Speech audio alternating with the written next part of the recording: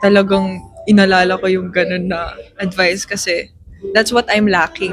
Kapag kasi lumalaban po ako, parang laban to, laban na laban. Yun, laban lang talaga.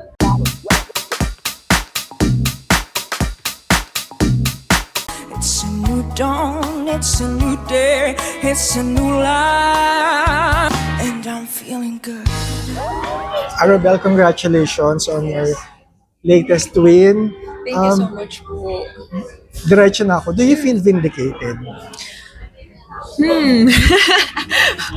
Grabe yung question. Oo. I think, paano ko ba sasagutin yan? Hindi kasi di ba, nanggaling yung tanong ko dun sa comments ng netizens. They felt na nung The Clash season, feeling ng maraming netizens, you deserve to win sana. So ngayon, parang feeling nila vindicated ka dahil nanalo ka sa international. Ikaw ba, ganun ba yung pakiramdam mo din? Parang sa akin kasi yung opportunity na to, I never thought of anything negative din kasi.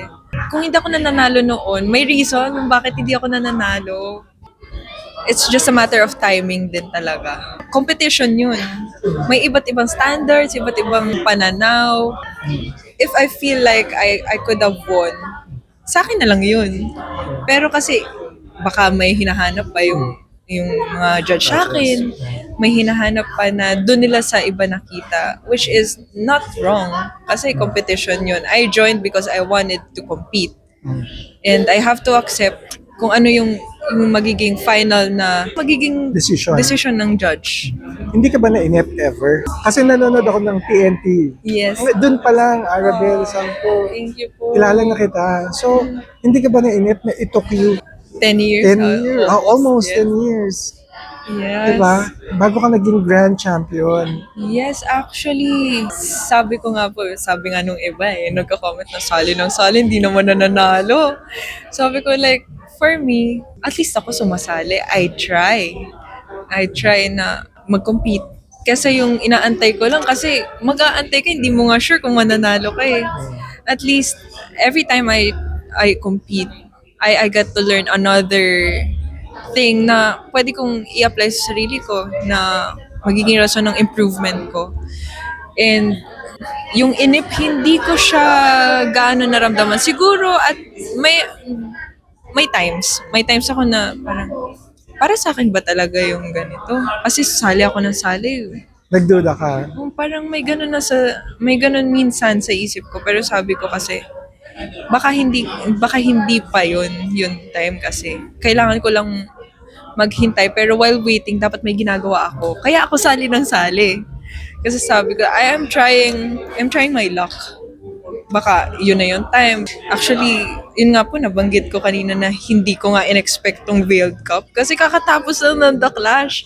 Sabi ko, first runner-up na naman ako.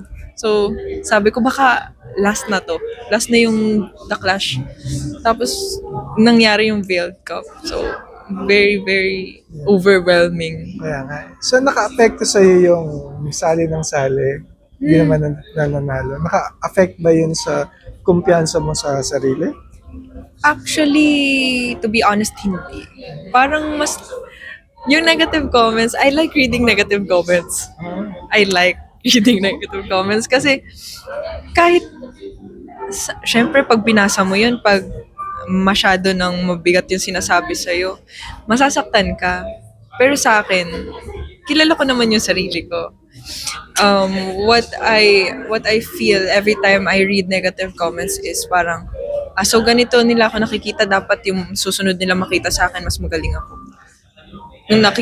Kung ganito tingin nila, ganito ako kumanta, hindi nila nagustuhan, sige, next time gagawin ko. Mas na-challenge ka? Mas na-challenge ako, parang, ganun yung tingin niya sa akin, sige, gagawan ko yun ng paraan. Do you feel na you were trained? Parang yung trajectory mo, yes.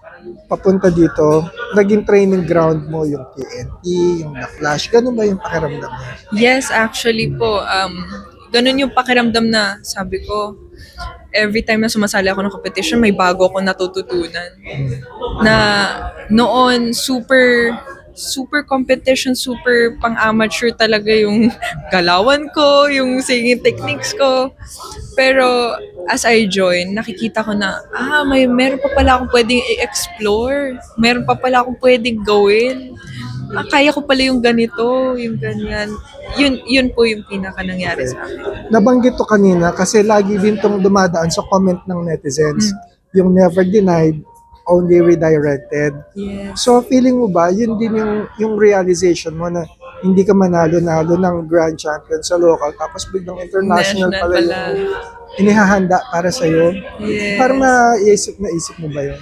Actually, yes po. Nung in-announce na ako yung champion, nag-flashback sa akin lahat ng sinalihan ko. Sabi ko, grabe. Grabe yung timing talaga. Kasi, ito pa yung competition na parang nagdadalawang isip ako kung sasali ako eh. Sa lahat, yes. Kasi, I joined this competition. My thoughts were, I thought that the competition will be local lang din. Na magkakaroon lang ng Korean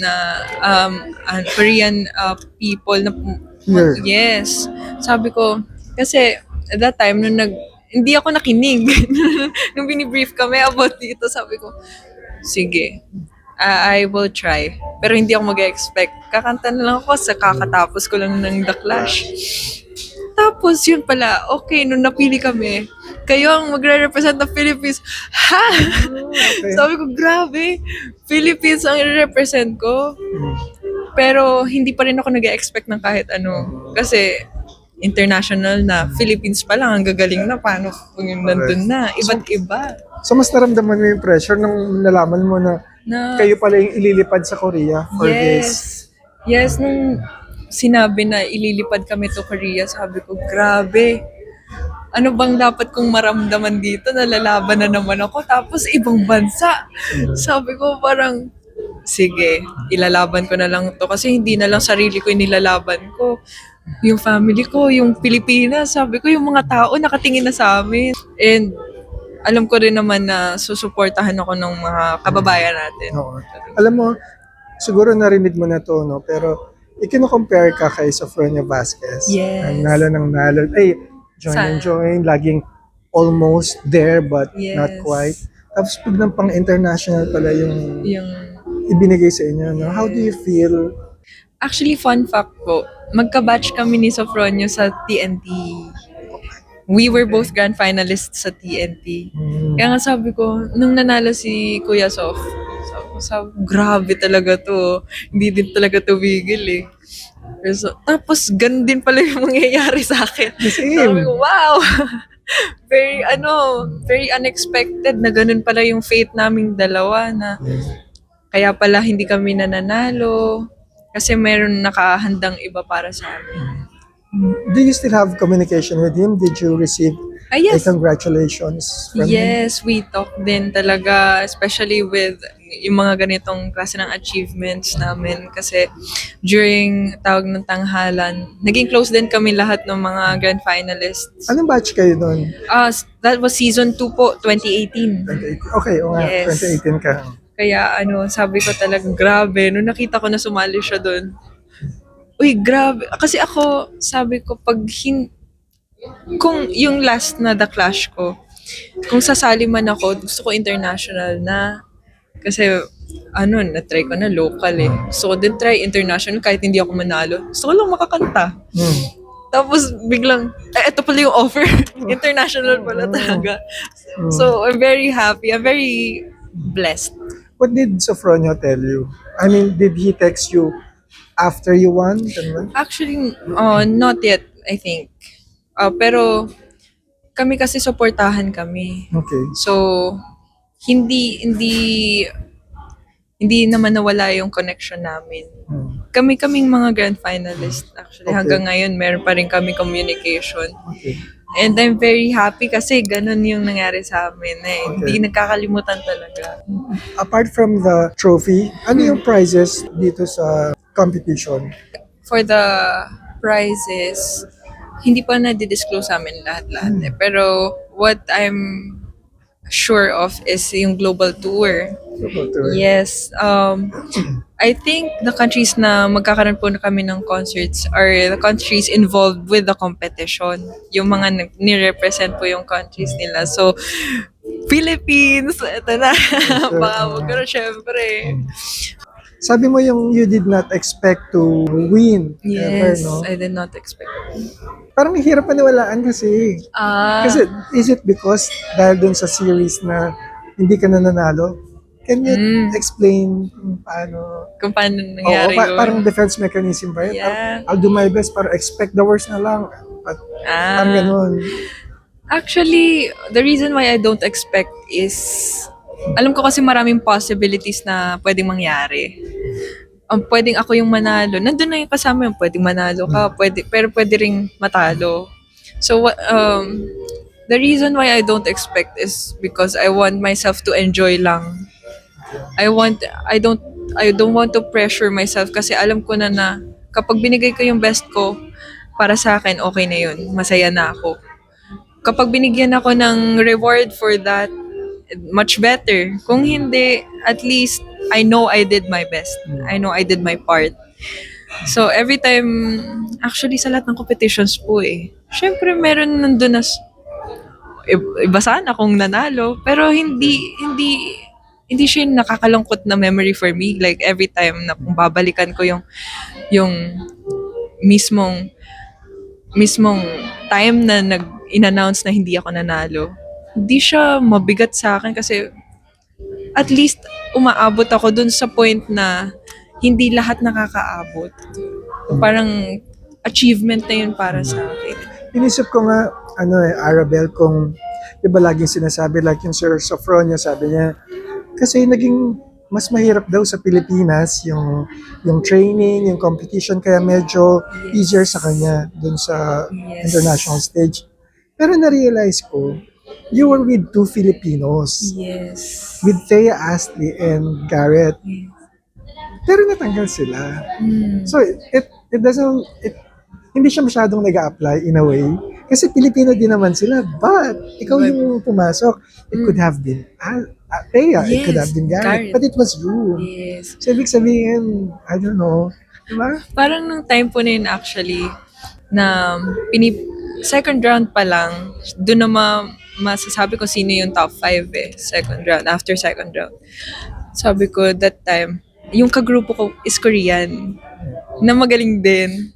Tapos yung isa Laos, magaling din. Sabi ko, hindi ko nga alam kung magugustuhan ng judges yung boses ko sa kantang to kasi yung mga songs na kinanta namin for the second round is assigned. Assigned po yung songs. Korean songs na translated into English. So sabi ko, ay 42 ni Korean kasi alam niyo yung kanta. Hindi kami ganun ka-familiar. Sabi ko, sige, I'll give it my all na lang. While waiting for the results, sobrang hindi ko alam yung nasa isip ko. Kinakausap ko na yung sarili ko kasi that time, meron kaming interpreter pero hindi tina-translate nung time na yun. Sabi ko, ano kaya nangyayari sa nila? Yeah. Paano kaya yung tali na nangyayari sa kanila? Sabi ko, uuwi na ba ako? Okay lang kung uuwi ako. Kasi homesick na ako Sabi ko, okay lang yan. Masaya naman ako pag nasa amin ako. Pero kung makakapunta ako sa Grand Finals, mas masaya din yun kasi lahat nung sacrifices, may magbubunga siya kahit sabi ko, makatapak lang ako ng Grand Finals kahit hindi ako yung manalo. Masaya na ako kasi umabot ako ng Grand Finals. So, I'm very blessed talaga po ako. How long did you stay in Korea? I stayed for more than a month. I think matagal almost 2 din. months. Sobrang nakaka-homesick kasi what I do every day is a cycle na. Yung parang gigising, tutulog, practice. Gising, tulog, practice. Hindi ka tulad pag nandito, ang dami mo pwedeng gawin. Mag-work. Doon parang, ano pang pwede kong gawin? Talaga, so ganun siya kahirap, ganun ka-rigid yung schedule nyo.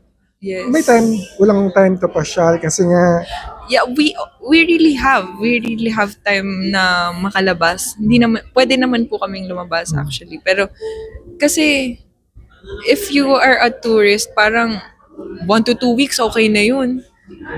A month, sabi ko parang paulit-ulit na yung nakikita ko, namimiss ko na. Especially the food. Sabi ko, namimiss ko na yung gulay, namimiss ko na yung mga isda sa amin. Kasi, we know, although masarap yung Korean food, yun naman po talaga yun. Pero iba pa rin yung lutong bahay. Iba talaga. Yun yung nakakamiss, sabi ko, pag uwi ko talaga. Actually, kasi first time ko din pong to be far away from my family. I mentioned na I don't travel alone. Tapos, ito pa yung first time ko na nag-travel sa ibang bansa. Kaya, and competition siya.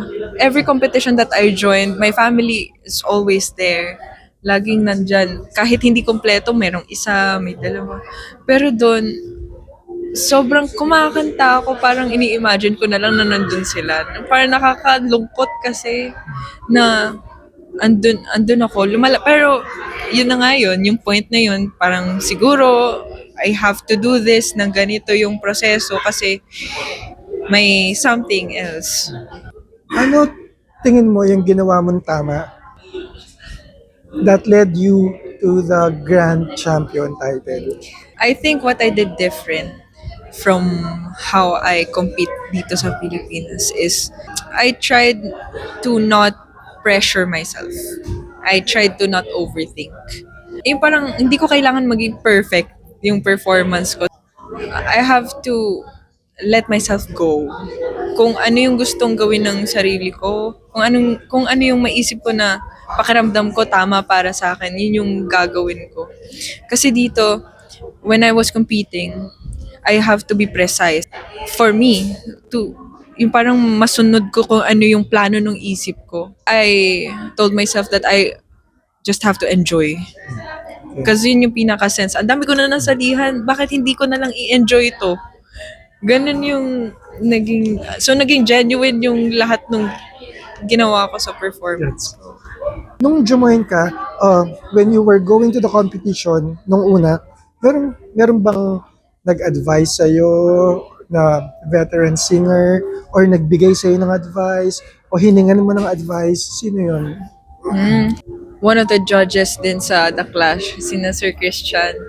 Grabe, you just have to enjoy. Malayo kayo, international competition yun. Whatever happens will happen there.